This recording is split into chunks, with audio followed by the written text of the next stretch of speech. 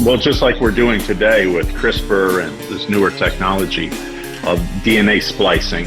So is it possible that knowledge was available and taught or was done by the watchers or the offspring, and they did their own scientific manipulation?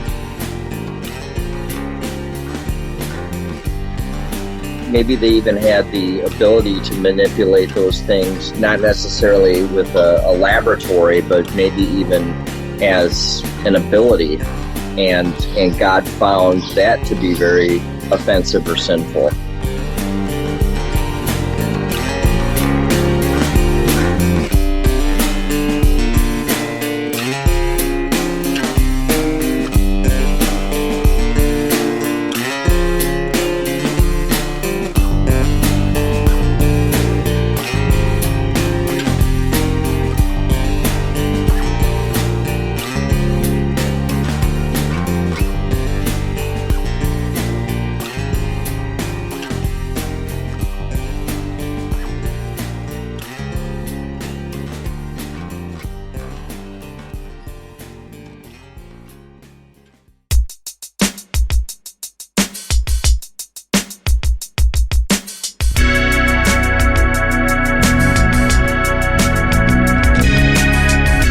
Welcome to the Days of Noah podcast, where we talk all things biblical, supernatural, and strange.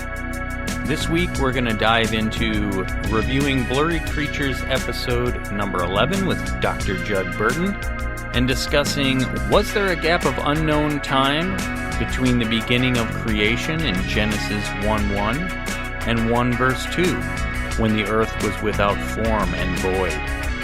And then we're also going to discuss just what were the days of Noah like. What a terrible time to live in the violence and evil as God described it. All the thoughts of men's hearts were evil continually, all the time.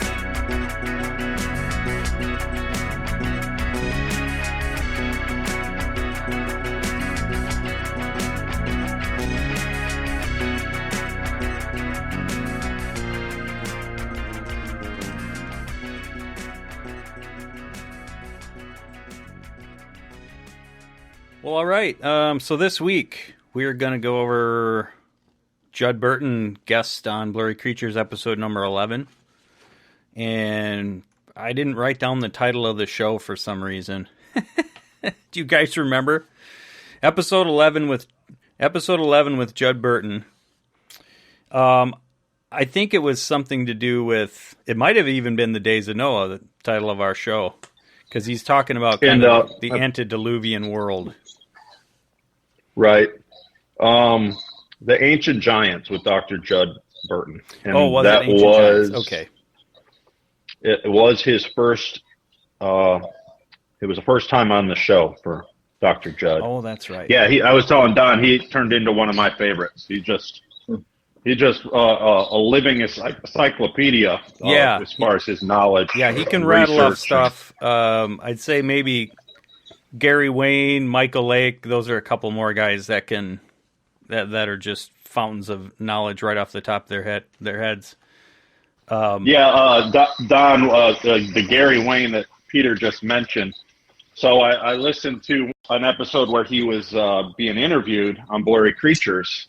Uh-huh. And then, at the end of the show, they're usually plugging their books and their websites and stuff.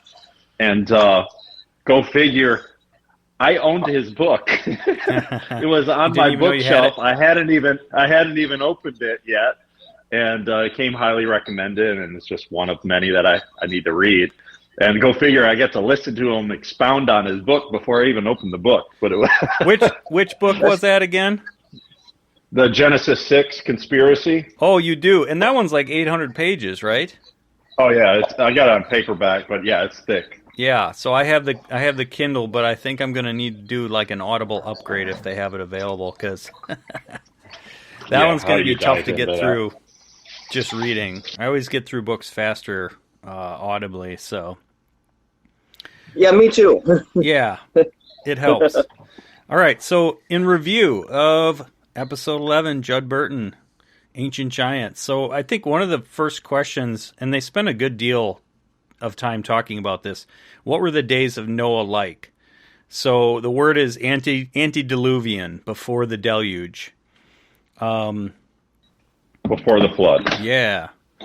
So one of the things Judd says is he just kind of mentions it in passing. He doesn't really go into why, although we've kind of heard this before from Tim Alberino and others. He says Adam and Eve were not the first humans. What do you guys think? Do you think there was like a pre-Adamic race, or maybe some cataclysm? I think they were. I think Adam and Eve were I believe the Bible is truth. That Adam and Eve were the first sons of God in the human form. But we don't know time-wise how much time passed between the two of them procreating, and how many offspring did she have where she wasn't under the curse of the labor pains and stuff. So I would venture to guess there was children of theirs. They were doing what God commanded, being fruitful and multiplying. And who knows, maybe even the time of 9 months was shorter, where she was able to conceive, labor, delivery, have a healthy child in a shorter time span. So that's just kind of my running opinion or guess on it. Sure. And I guess that depends on if she had other children prior to the curse. I mean, Cain and Abel being the first that Genesis records. So we would after the curse. Yeah, we would have to have some sort of reason to believe that there was some prior to that. If we just and the reason the scripture talks about in Genesis, there is when Cain was under the curse and sent out, there was people that he connected with. He ended up meeting a wife and stuff like that. He was a vagabond. So there's kind of some scripture, and I have to pull out my Bible to look at it exactly, that reference there was other people on the planet besides Adam, Eve, and Cain.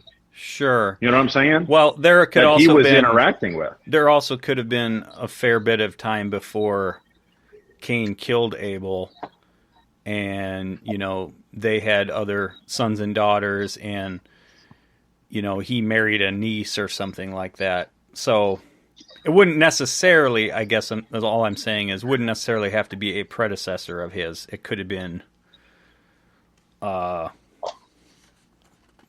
of that lineage. I don't know. But yeah, that's it. Go ahead, Don. Oh, no, I just had something to add to this, and it's just straight out of the Bible. It's going to be Genesis 1:28, and God blessed them and said unto them, be fruitful and multiply and replenish the earth and subdue it, have dominion over the fish, and then it goes into what they would have dominion over. But the word replenish, I think, is the big catch there, because that kind of tells me that there was something there prior and that they would replenish. And it was interesting what Luke was talking about when it came to maybe other children prior to the birth, because in order for somebody to receive pain in childbirth, I think the way it's written, they should have already had a child. So it kind of appears that way. And what does everybody think of the time period, though, that Adam and Eve were in the garden? I mean, the Bible almost makes it look like, they were created and they ran right to that tree, and we just don't have that time period. We just don't have. Right. I know a Book of Jasher, I think, is the one that has some different time frames given, like they were there for potentially decades, but we obviously can't take that as necessarily authoritative, but yeah, that's possible. What was the verse again, Don, that you read there? It was Genesis 1:28. 1:28. Okay. And which version did you have? So I happen to have King James in front of me. Okay. So that's what I have right there. Okay. All right. Yeah. Yeah, there's a lot of debate on the word replenish, and then the idea of either a pre-Adamic race or what some have termed gap theory or ruin and restoration theory. So I've been listening to a little bit of Doug Hamp, and he's a Hebrew scholar, one of the I would consider him one of the foremost experts on the Hebrew language. And I was listening to a debate with he and a friend of his also named Doug. And Doug Hamp was taking the position of young earth creationist and no gap theory. And then the other person was old earth creationist, but still 6 literal days of creation. So that was kind of interesting. He wasn't like totally saying, billions of years plus, non-literal days for Genesis. But Doug Hamp, not to get the two Dougs confused, he gets into a lot of the grammar that's involved. And he says in his opinion, the Hebrew grammar makes it clear that when you get to Genesis 1:2, let me just find it here. When you get to Genesis 1:2, and it says, "Now the earth was formless and void," he calls that a parenthetical statement, and he says it's very common in the Hebrew language to do that. And expound on that. What does that mean to him? Parenthetical, basically, that's a parentheses, right? It's kind of like an aside. It's like if I said to you, now you remember that store we went to last time? Well, this time when I went, such and such happened. You're kind of interrupting your thought to give a little bit more information or a little sidebar. And I can't talk about all the finer points of the discussion, but Doug Hamp kind of says it's really clear to him in the Hebrew that there was no gap between God created the heavens and the earth. So Genesis 1:1, he's saying before Genesis 1:1 there was literally nothing. There wasn't even space or air or void or anything. The first act of creation is Genesis 1:1. And then this gap theory or ruin and restoration, which is kind of what you were hinting at, Don, about the replenishing, is that idea that between Genesis 1:1 and Genesis 1:2, something happened. Maybe the fall of Satan, some cosmic battle, the earth in desolation, and then it had to be replenished and remade. So all that stuff is really interesting, and we can definitely devote more time to that. And I'm not saying I have the answer. I'm just one guy that I've kind of latched on. And I will say this too, quick. Mike Heiser has a series of lectures. It seems like he did it like in a university setting, and he's talking about this very thing. He says that you can actually make the case grammatically correct that instead of in the beginning, it could say once upon a time. No, how did he put it? He said when. Well, actually, I heard once upon a time one time, yeah, so I wasn't trying to. Yeah. Anyway, that to me, I don't know if it sticks in my mind because you still have that word in Genesis 1:2 where it says now. So if you said, when God began, or when God made the heavens and the earth, and then comma, now the earth was formless and without form, or formless and void. That word now doesn't fit when you start a sentence with when to me. So I'm not. I don't know what version you're using with that. I'm in the new. It's not necessarily a version. Mike Heiser was making the case that in terms of the Hebrew words used, that it actually could fit to say when. But most translations stick with in the beginning for the first three words. They don't use when. Correct. Yeah. Yeah. But it's interesting to me, it's in verse 2, it says, the earth was without form and void, and darkness was on the face of the deep. So that tells me that before the 6 days of creation, there was already the earth in a Genesis in 1:1 a certain state. Yes, Genesis 1:1 gives us heaven and earth, but in a incomplete state is the way Doug Hamp puts it. He uses the analogy of concrete in a mixer, right? It's just a slurry. It's not poured into a form yet. It's not complete. Yeah. So, and we do have, and this is just kind of my thought on it, we do have that verse about the waters being divided from the waters, and let the waters be separate from the dry land, right? So what if the earth literally was a slurry of water and soil and rock, and then he separated them?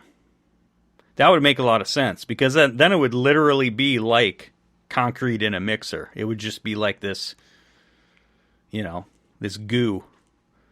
And then he separated the land, separated the water. That would make sense. Unless it was, as we see islands, you think of a volcano that comes up from the ocean floor. Oh, and forms brand new land. So perhaps the earth, as it was said in verse 2, was without form and void and darkness. So you've heard Tim Averino discuss this. He thinks of earth as being in a state of judgment, and that during the time of Genesis, God is restoring earth. Mm-hmm. and giving, and so he's making it new again. He's restoring it, and then he's creating all this wildlife, and then the first humans. So I could almost envision there's land underneath the waters. It's dark. It's in a state of judgment. There's water everywhere. So it's like one big globe of water.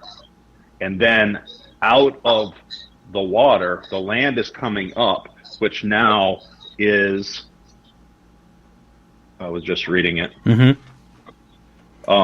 Let us divide, verse 6, let us divide the waters from the waters. So it's almost as if, you have one universal ocean, because it's the whole globe is water. But then if the land's coming up, now it's dividing the waters from the waters, and it's creating an Atlantic Ocean over here and a Pacific Ocean over here, and it's dividing the waters from the waters, and it's giving you specific areas for the land dwellers, to inhabit. What do you think?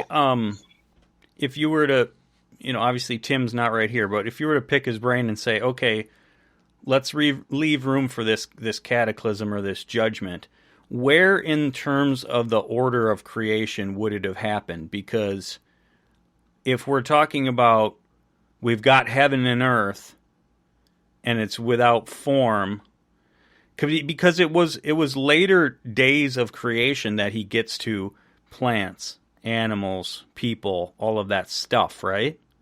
So if we're talking about some time period where there was this war or this judgment happening, wouldn't that have preceded all of that stuff? Like literally no animals, no plants. Yes, as far as Earth is concerned, absolutely.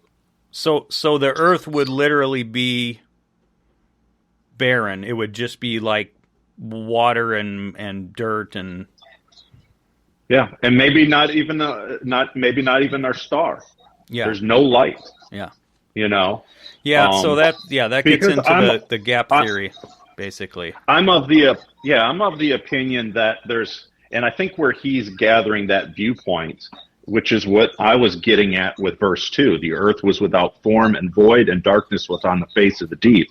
That's just a hint that there was something before creation. Before God said, let there be light. Before God divided things. Yeah. That's one way you can take it. Yeah. Yeah. So to answer your question, how would he look at it?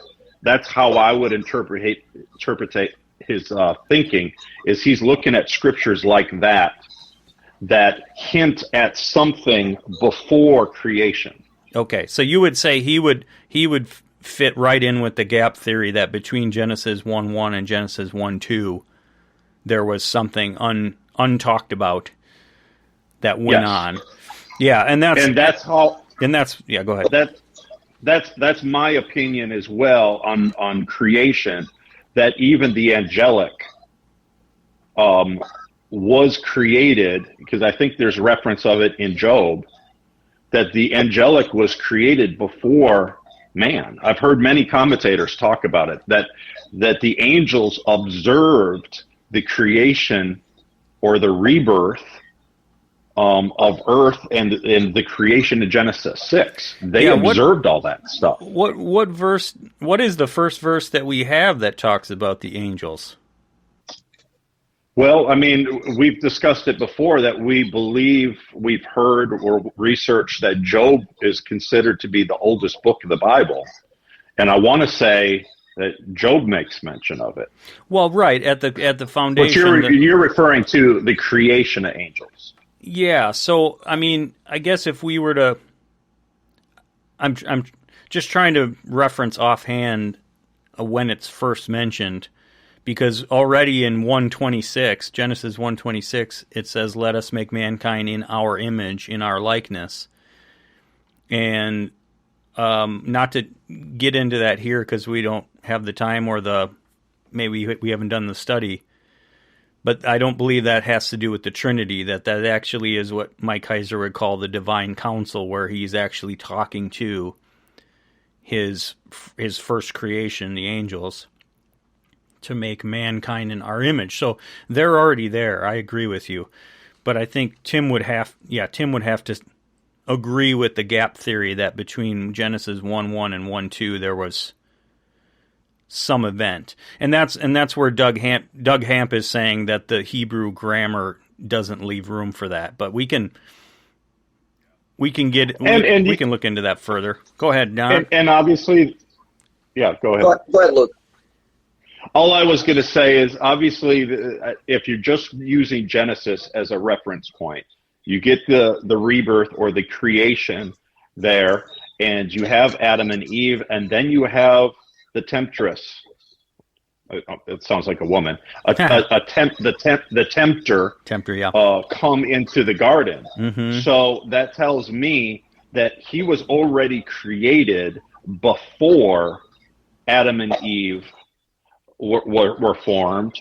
He already fell before Adam and Eve was created, and he was sitting back observing all this, and then he sees an opportunity to mess with God's creation. What were we going to say, Don? I was looking at the verse in Job where it talks about what I believe is the first talk of angels. It's Job 38. I like to start with 2, simply because it's just fantastic. "Who is this that darkens my counsel by words without knowledge? Gird up now thy loins like a man, for I will demand of thee an answer, thou me. Where wast thou when I laid the foundations of the earth? Declare if thou hast understanding. Who hath laid the measures thereof, if thou knowest? Or who hath stretched the line upon it? Whereupon are the foundations thereof fastened, and who laid the cornerstone thereof? When the morning stars sang together, and all the sons of God shouted for joy." Right. Yep. Yeah, I agree. Yeah, it's definitely in there before. So if the Hebrew points to the sons of God and the morning stars as being angels. And I haven't done the research, but I think I've heard Dr. Mike Heiser talk about this scripture, that they are angels. That's just another evidence, I believe, Don gave us of the angels being around before Adam and Eve. Yeah, no, I agree. I think we can all agree on that. It's the question remaining of, was there some gap? And does the Hebrew grammar leave room for that? So I think that's probably a good topic in and of itself. We can dig into further, because and even if we don't all agree, that's okay, because I think it's good to understand that. Now, Dr. Judd Burton, he tends to go with kind of a longer timeline, because he references the Pleistocene era or the Ice Age, which I looked that up. It's basically, I think it was about 2.5 or 2.7 million years ago, and then ending about 9,000 BC.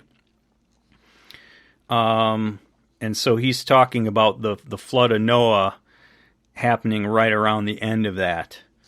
And that's where I mentioned, I think on the last time we talked, that I'm a little sketchy on that timeline, just because if you go with a literal, okay, Adam and Eve, and then you kind of count down the generations, and then you count forward to today, you don't get 9,000 BC. You get like 2,500, 3,500 BC.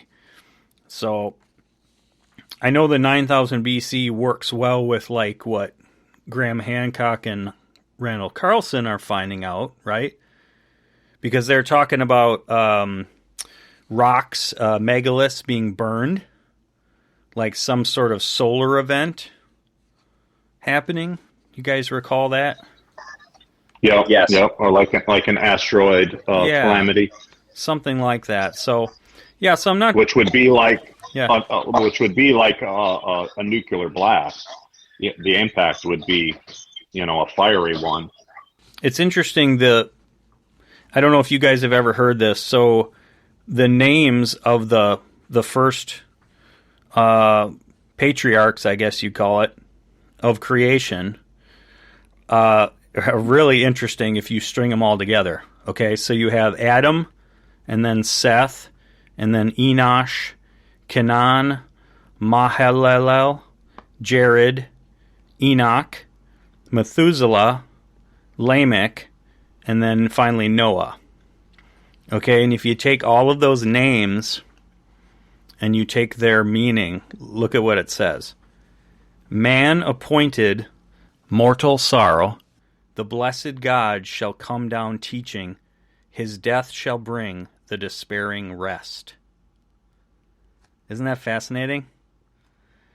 Wow, I didn't. Yeah, I was looking at your outline that you had sent, and I saw Adam, man, Seth appointed, but I failed to read it directly like you did. Yeah, vertically, right?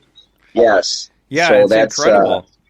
That's something else. It's incredible how those names God put that together.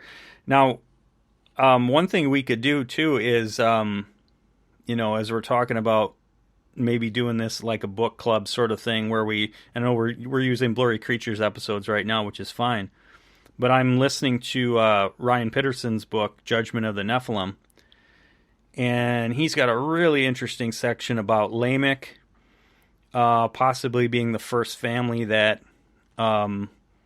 made the bargain with the fallen angels to, let them marry their women in exchange for knowledge. And then Methuselah, whose name means his death shall bring.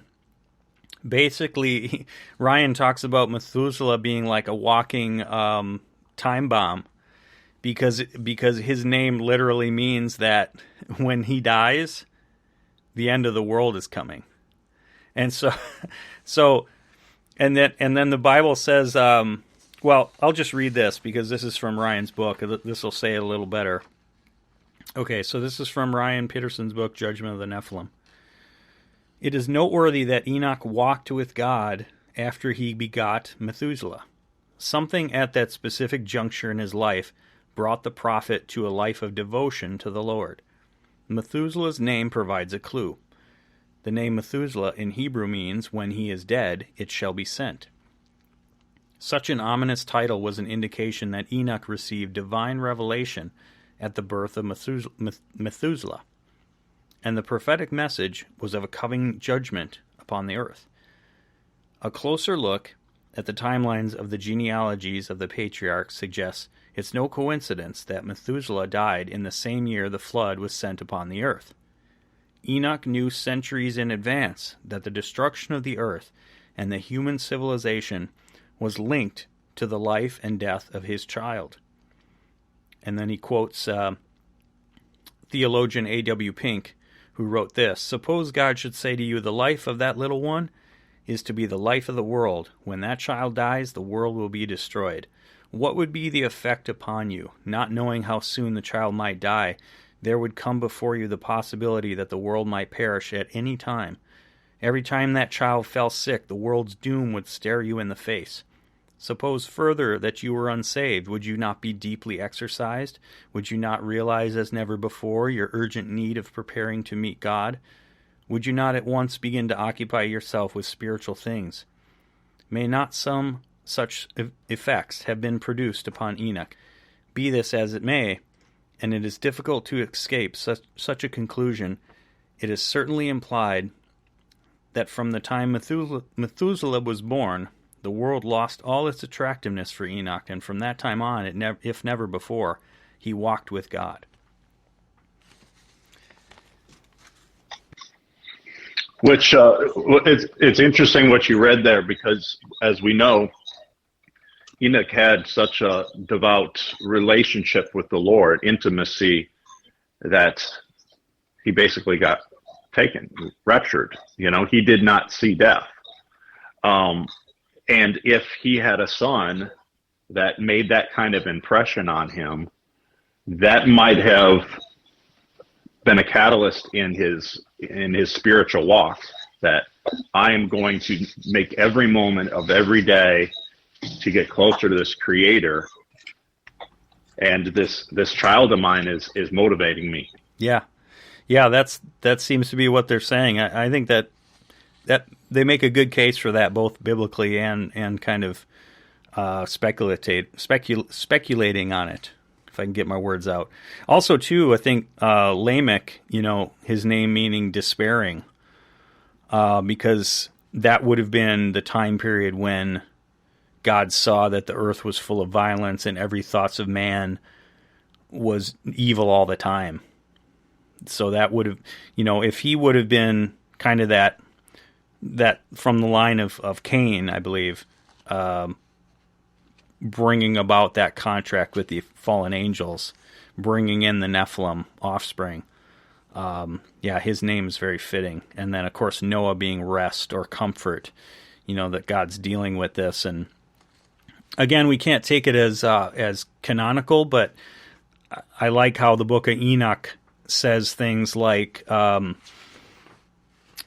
let's see here, and they began, and the giants began to kill men and devour them, and they began to sin against birds and beasts and creeping things and the fish, and to devour one another's flesh, and they drank the blood. And this last part, and then the earth brought accusation against the lawless ones. And there's another section in there where they're basically crying out for help.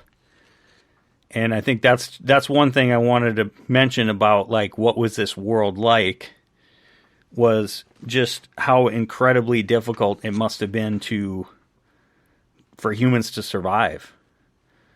The type of violence on the earth. We'll come back to that a little bit later.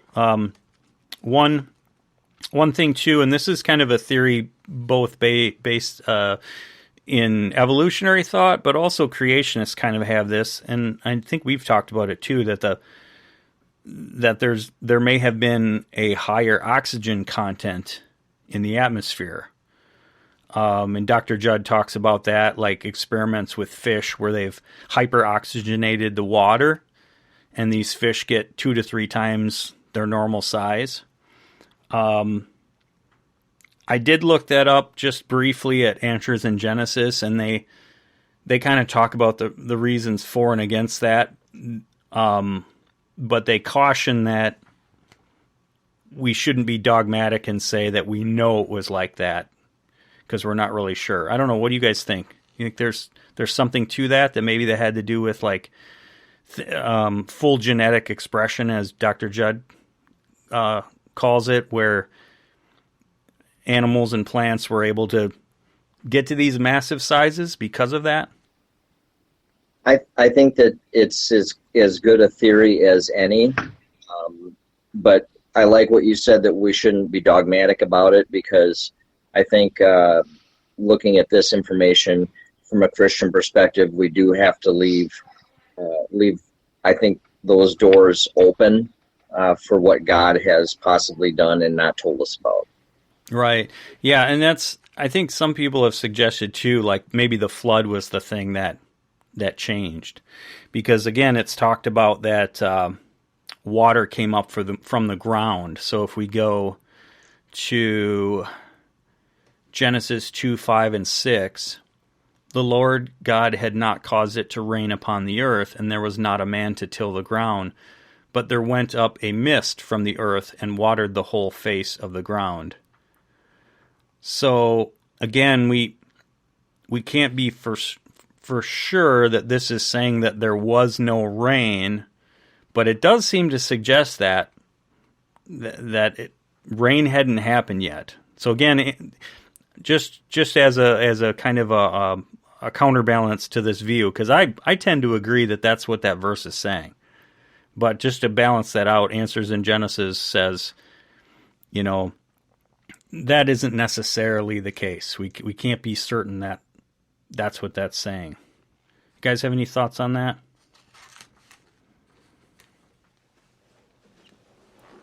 So once again, it's Genesis 2, 5, and 6.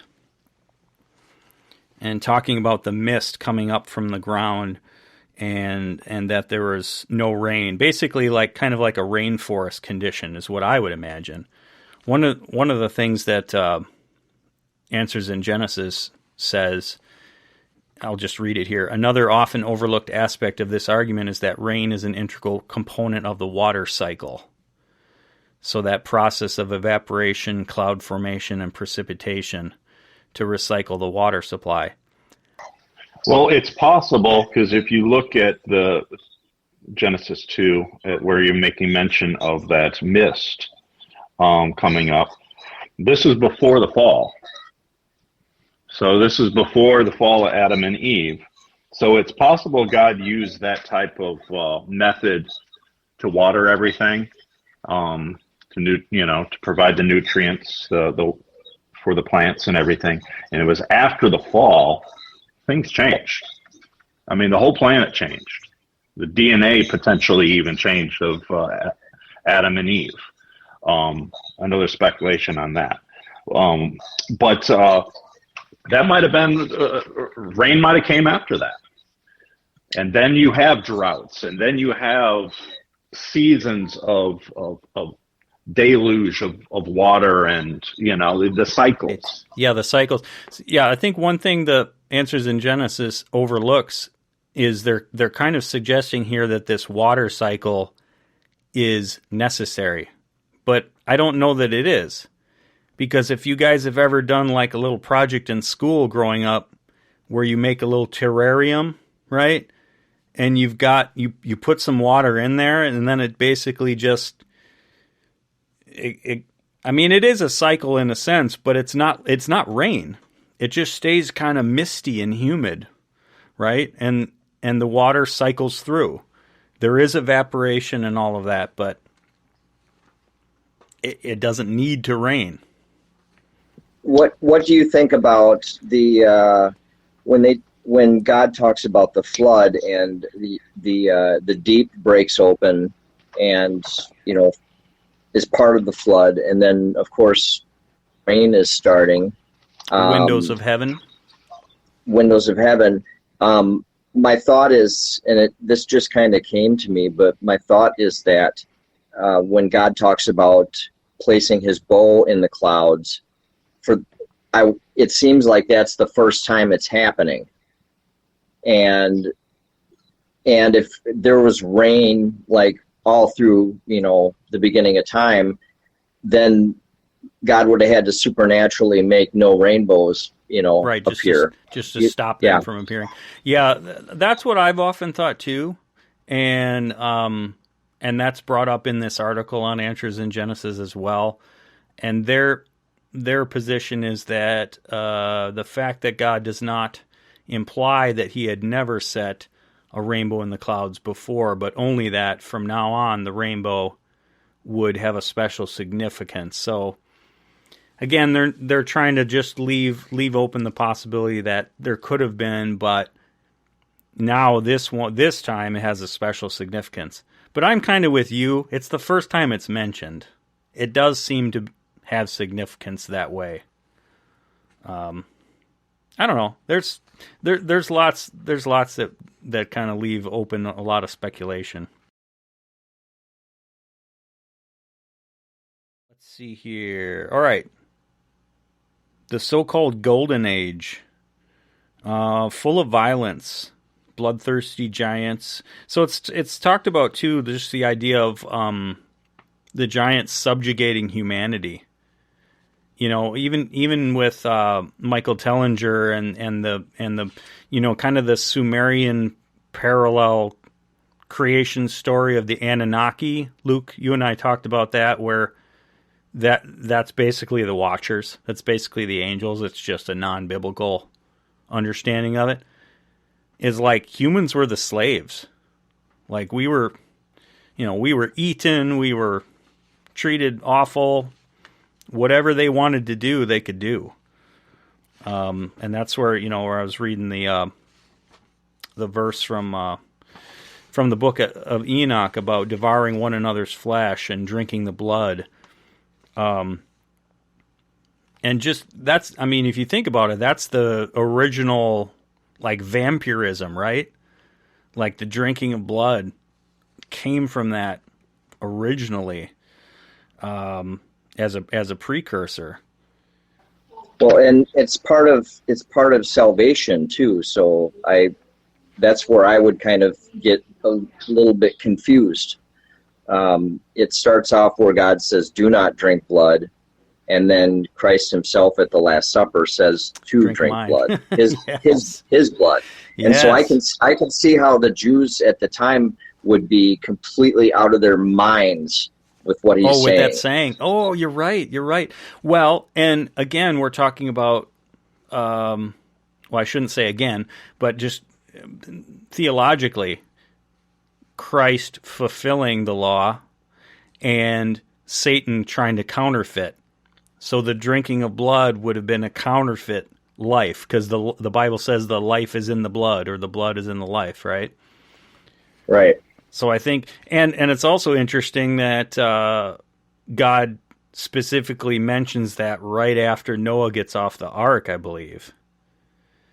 So it seems to be one of the things that was going on, and he's like, make sure you don't continue this practice. And then another thing Dr. Judd brings up is just the importance to distinct between the Watchers and the Nephilim. So the Watchers being the original angels that came to Earth and mated with human women, and then the Nephilim are often thought of as their first offspring. And it's kind of used interchangeably, I guess. Would you say, Luke? Like between giants and Nephilim, those two words are kind of used interchangeably. Some people say Nephilim is like the first generation, maybe. Yeah, I've heard it described as first generation. I believe it says it in my Bible that the giants, or Nephilim is the Hebrew word for giants, as described in Genesis 6. And a lot of our translations, English translations of the Bible, leave that word untranslated. But if you go to Septuagint, it translates it as giants. So, and Mike Heiser points out too that that word does not mean fallen ones. And I wish I had the video in front of me, but it's a very subtle syllable to that word that if it meant to say fallen ones, it would say it one way, but it actually uses it the way that fits giants. So that's an important distinction. Like if you were to Google Nephilim right now, you would most likely find some authoritative source that's going to say it means fallen ones, and it actually doesn't.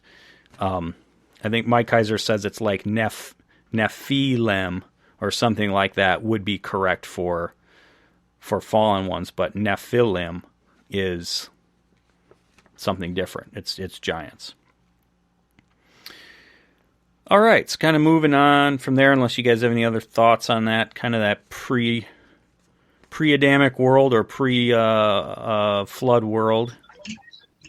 Yeah, I know in that episode, Dr. Judd, he equates it to like Lord of the Rings type of scenario, Narnia, just a state of chaos, and you have otherworldly creatures, roaming about. Some people even think that because of the sin of the Watchers, that even the dinosaurs, at least the ones that were violent, that was the byproduct of all that too. So it was from humans to animals, and it was just a very, like you said, a very chaotic place to live and to survive. And as we believe, that Noah was the last of his lineage, the last of the true genetic humans. And he was being rescued by God to fulfill the gospel, fulfill the lineage to the Christ to save the world. And so yeah, our mind cannot fathom, what the state of the world was during that time. Yeah, I'm with you on the dinosaurs. Thanks for bringing that up, because I had that in my notes for later, but that actually fits really well with kind of talking about this antediluvian world. Yeah, I'm with you that I just don't see it making sense that. So, well, let me preface it this way. I don't believe in the, 65 million years ago dinosaurs walked the earth. I think there's a lot of evidence that they're much more recent than that, and that they were among us with humans. And that being kind of the basis of my thought, I don't see it making much sense that God creates a T-Rex, Velociraptor. I mean, that is absolute terror. Yeah. And also, even the Bronchiosaurus, the ones that they claim to be, gentle grass eating, plant eating herbivores. Did they make it on the ark? No, I don't think they made it on the ark. Yeah, so that tells me they weren't part of God's original creation as far as animals and such. Well, because I think the original is what God is preserving. Right, after its own kind. It's the tainted ones that are being destroyed. The hybrid, the demonic, the non-humans. Right. And even in the animal kingdom, that's what gets the judgment. I want to look up here Behemoth in the book of Job. Let's see if I can find the verse here. So it's in this whole, diatribe that God is giving, where were you when I created the earth? And, Job 40. Okay, it talks about this animal that his strength is in his belly and that his tail is like a cedar. I mean, to me, that is a type like a Brachiosaurus, Brontosaurus. But, like you said, Luke, an herbivore. So maybe that was something that God did create, because it's huge, but it's not a threat to humans. I mean, obviously, unless we, get in its way and it's walking to the swamp and we get squished, but it's not going after us, basically, like a T-Rex would. So, and of course, just going back to like Jurassic Park, that common theory of evolution, that dinosaurs came from birds. Well, it could have been, the sinning against all flesh. Maybe it was a mixing of birds and lizards that these creatures. Just like we're doing today with CRISPR and this newer technology of DNA splicing. That's exactly what we saw in the 90s with the original Jurassic Park movie. That they split the DNA, and then they didn't have the whole DNA that so they inserted harvested in that. So they inserted something else. Right. So is it possible that that knowledge was available and taught or was done by the Watchers or the offspring, and they did their own scientific manipulation? So it wasn't just a breeding of sex that was taking place. It could have been a literal, technology, scientific technology that they were using. Yeah, that would make sense, and we don't know if that took place or not. And as we've seen, and as we've talked about, the Watchers had knowledge and understanding of creation of life much beyond, humans at the time. They definitely could have been involved in that. Maybe they even had the ability to manipulate those things, not necessarily with a laboratory, but maybe even as an ability. And God found that to be very offensive or sinful. Yeah, almost like an innate ability, like someone is good at, I don't know, they're just academically gifted, or they're good at sports. Maybe they had a type of gifting that allowed them to, in a sense, manipulate or create. And God more than likely said, don't mess with the creation. And maybe that's something that happened. Yeah, I think that's a good point. One thing, too, is Dr. Judd mentioned Steve Quayle as a quote for understanding Genesis 6 and the sin of the Watchers as being the Rosetta Stone of the Bible. Like, just what it unlocks in terms of understanding the Old and the New Testament, and the significance of the harem of all these tribes, where it was utter destruction, that Joshua was on the rampage against these groups. And and I think, to me, that's like really central to understanding God's character and the Bible. If we don't have that understanding, we can't make a lot of sense of what God does and why He's telling people to wipe out everybody. So yeah, I just love that I couldn't find the exact quote of Steve Quayle saying that, but I know Dr. Judd mentioned that on this episode. So, and then we kind of get into the questions of like, how long was human history, which we kind of already talked about a little bit. Pre-Adamic race. I think some of those questions, we should dig in a little bit more to that. Maybe look at some of Doug Hamp's stuff with the Hebrew grammar, and then look at some of these gap theory, ruin and restoration theory.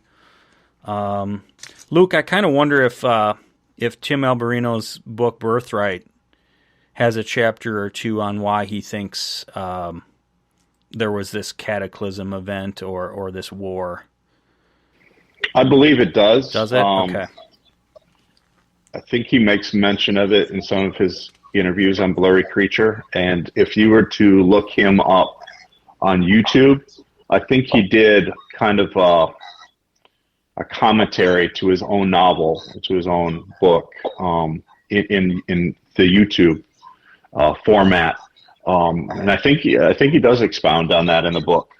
Yeah, I think that, I find myself disagreeing with him from time to time, but I don't think that necessarily means he's wrong and I'm right, but it definitely makes me want to dig in more to understand kind of where he's coming from on that. But and like he says, that it's how he makes sense of it in his brain, the timeline, and answers the questions like we just looked at in Genesis 2. The earth was without form and void, and he's seeing these little hints, and he's like, he's probably adding to Scripture. So there's some asterisks that need to be added there. This is my opinion that this Scripture means this. But I think Don said it earlier, we need to be careful not to say that this is fact or whatever, but leave room for God to explain it later. And I've never heard Tim say that this is definitely the way it was. This is just his opinion on how he parses it in his brain. Right. Yeah. He's a passionate guy, and he tends to assert his beliefs in a way that comes across, if I could say, like he's saying it's fact. When in fact he's really just saying this is how I see it fit. But yeah, I think it's worth digging into more to have an understanding. And Doug Hamp's a debate opponent, Doug, I want to say it's Woodward, but I have to look it up. When he was giving his opening statement in the debate, he was kind of saying one of the reasons that he leans more towards the view that he has is because he's thinking about kind of the things in the astrophysics and the physics of the world and history lining up more with this longer timeline. And I get that, there was another debate I saw years ago against a young Earth and old Earth creationists going at it, and the old Earth was looking at a lot of the astronomical things. They were talking about, the light from a star or all these things. But then in the back of my head, I'm going, yeah, but God could make a rock right now and drop it in my hand, and you could test it, and it would show it's millions of years old. He can make that, Adam and Eve weren't babies in the garden. They were, for all we know, adults. But if you saw them on the street, you would say, oh, you're 30 years old. Well, no, I'm actually about 12 hours old, So Right. I don't know if you can use the physical world and say things have to be this old. I think you're right, but if you're of the viewpoint, like we said multiple times, Genesis 2, there was a landmass, there was an Earth that was in a certain state. Could that have been created and satisfy the scientist's view on timeline? And then, so it's like both are right. Yeah, this is old, but then we have the Genesis account, and then we got the young Earth. So it's kind of like both are mingling together, and both puzzle pieces fit. I don't know. Yeah, that's possible, and that's kind of the position that that the other Doug took in the debate was, I think things have been around for thousands or millions of years, but I also still think creation was 6 literal days. He just thought that there was like a big, between Genesis 1:1, 1:2, there was a lot of time. But at the very least, I like how in one of Doug Hamp's seminars he puts it this way: Genesis 1:1 is the beginning.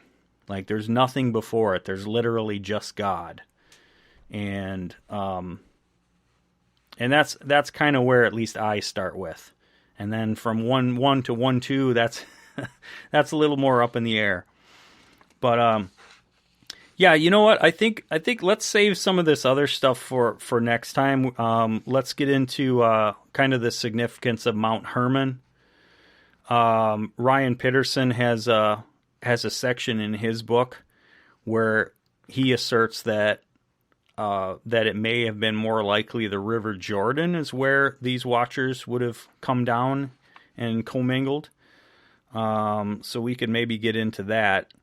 And then the other thing I wanted to look at is kind of, because they spent a good deal talking about this, Nate Luke and Dr. Judd did, about the etymology of the word myth, how it's so different from how we use it today, and then, how we associate myths and fantasy with kind of our culture, and we compartmentalize, and that has a lot to do with the Enlightenment era and this age of empiricism where everything has to be tested and verified. I want to get into all that kind of thought, because what that does is it necessarily leads us into needing a skeptical, conspiratorial view of the world, because there's the sense that if you don't have academic freedom, if you don't be able to discuss ideas freely, you're not able to test things and verify them, then you can't challenge ideas properly. But with that empiricism comes the idea that if you have an oral tradition, let's say, like a lot of these cultures did before written languages, that didn't happen, we can't trust that. And so there's this age of empiricism where everything has to be written down or it didn't happen. And that kind of leads into Doug Van Dorn's book on conspiracy theory that I would suggest to you guys would be a good next step after next week. One thing I wanted to mention, I listened to episode 13 of Blurry Creatures. I'm not sure if we had talked about that. That's a Doug Van Dorn one as well. And this is not a quote, but it's the general idea when you're talking about conspiracies, is that an atheist is going to look at the Bible and call that whole thing a conspiracy. And what people are like nowadays are kind of like this: where I get my information is the only source. No other information can challenge it. And anything not on CNN never happened, or whatever. And that's not a quote, but it gives a real good idea as to how our society works right now. And people don't believe anything anymore. And I think there's a wonderful, mystical world out there that, maybe we're not allowed to at this point see, but some of it kind of slips through. And I don't want to say God leaves cracks in between worlds, but maybe things are coming closer to end times as we talk about these things. Yeah. There's a lot of things have been turned on their head, basically. And again, I want to save a lot of this for next time, but I'll just touch on it briefly. We are in an age of knowledge where knowledge is abundant and freely available. And yet, in that age, very few people take advantage of that knowledge, and very few people, kind of hang their hat on something and say, this is true. It's all kind of up in the air and subjective, and your truth is different than my truth and all of this stuff. So you compare that or contrast that to, times past where knowledge was much more limited, but people were very solid in a lot of what they believed. And now it's flipped. You have an abundance of knowledge, and people are very wishy-washy on what's actually true. I just think that's an interesting juxtaposition. So let's get into, I think for next time, let's get into the rest of the episode talking about Mount Hermon and the significance there. I could probably send you some links or something or sections of Ryan Peterson's book where he's talking about the River Jordan as possibly being the place where the Watchers came down and did this sin. And then, I really want to get into just this idea of marginalizing and dismissing knowledge because of the Age of Enlightenment and empiricism and all of that stuff. And I think that leads well into, again, like I said, necessarily having to be open to conspiracies. That's literally the way the history of the world is. You can't get away from it. Or as Steve Bannon says on his radio show, there are no conspiracies, but there are no coincidences. Well, that's a good place to leave it for now. So thank you, Luke. Thank you, Don. And we will pick it up again next week. All right. Sounds good. You guys enjoy the rest of the day. All right. Take care. All right. Bye-bye.